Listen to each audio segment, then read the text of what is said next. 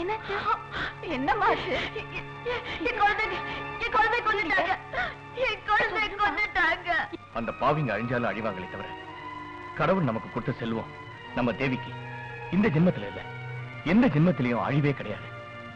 இதெல்லாம் வெறும் கனவு. அந்த கனவு நினைவாக கூடாதுன்னு தான் கடவுளை வேண்டிக்கிறேன்.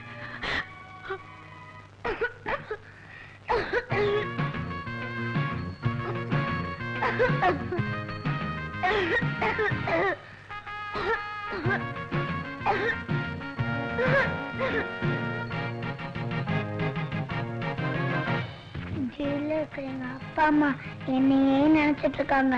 அதனால தானே எனக்கு புரியுச்சு. அவங்கள எப்படியாவது வெளியே கொண்டு பாக்குறேன். ஒரு தடயம் கூட கிடைக்க மாட்டேங்குது. அவங்களுக்கு கடைசியா ஒரு வழி வச்சிருக்கேன்.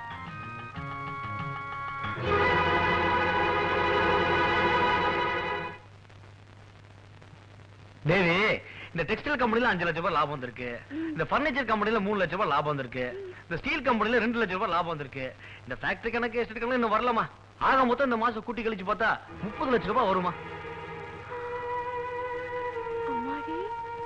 30 லட்சமா? எல்லா கம்பெனியும் லாபம் வரது காரணமே உன்னோட கைராசி தான். முதலாளி பேராசி விட தொழிலாளி கைராசி தான் முக்கியம். உங்களோட உழைப்பு தான் லாபத்துக்கே காரணம். நீங்க மனசு வச்சா நான் லாபத்தையும் காட்டலாம், நஷ்டத்தையும் காட்டலாம். குயிலே,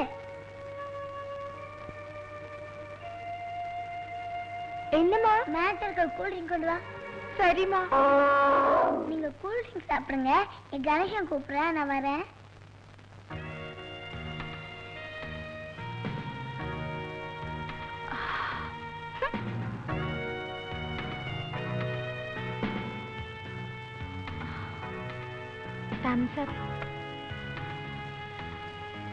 தம்சப் இந்த தாகத்தை தீக்கும், அந்த தாகத்தை தீக்கும்னா நீ என்ன சொல்றீங்க எனக்கு புரியலையே.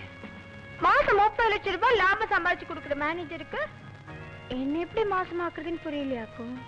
நீங்க இந்த ஆர்ஜியோட ஒய்ஃப் தானே? அப்படின்னு அவ சொல்லிட்டு தெரியுதா? எனக்கு இன்னும் கல்யாணமே ஆகல, நான் கன்னி பொண்ணு. உங்களை மாதிரி ஒரு கட்டழகம் கிடைச்சா. என் மேல இவ்வளவு ஆசை நீங்க வச்சிருப்பீங்க நான் எதிர்பார்க்கவே இல்லை. கனியையும் கண்ணியையும் ராத்திரியில தான் சுவைக்கணும்னு சொல்லுவாங்க. இன்னைக்கு ராத்திரியே வீட்டுக்கு நீங்க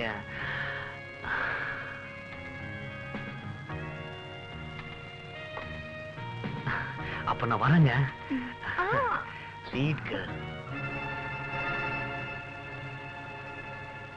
இந்த சொத்தெல்லாம் நம்ம கைக்கு வந்து சேரணும்னா இனிமே ஆர்ஜியை கை கழுவிட்டு இவனை கைக்குள்ள போட்டுக்க வேண்டியதா.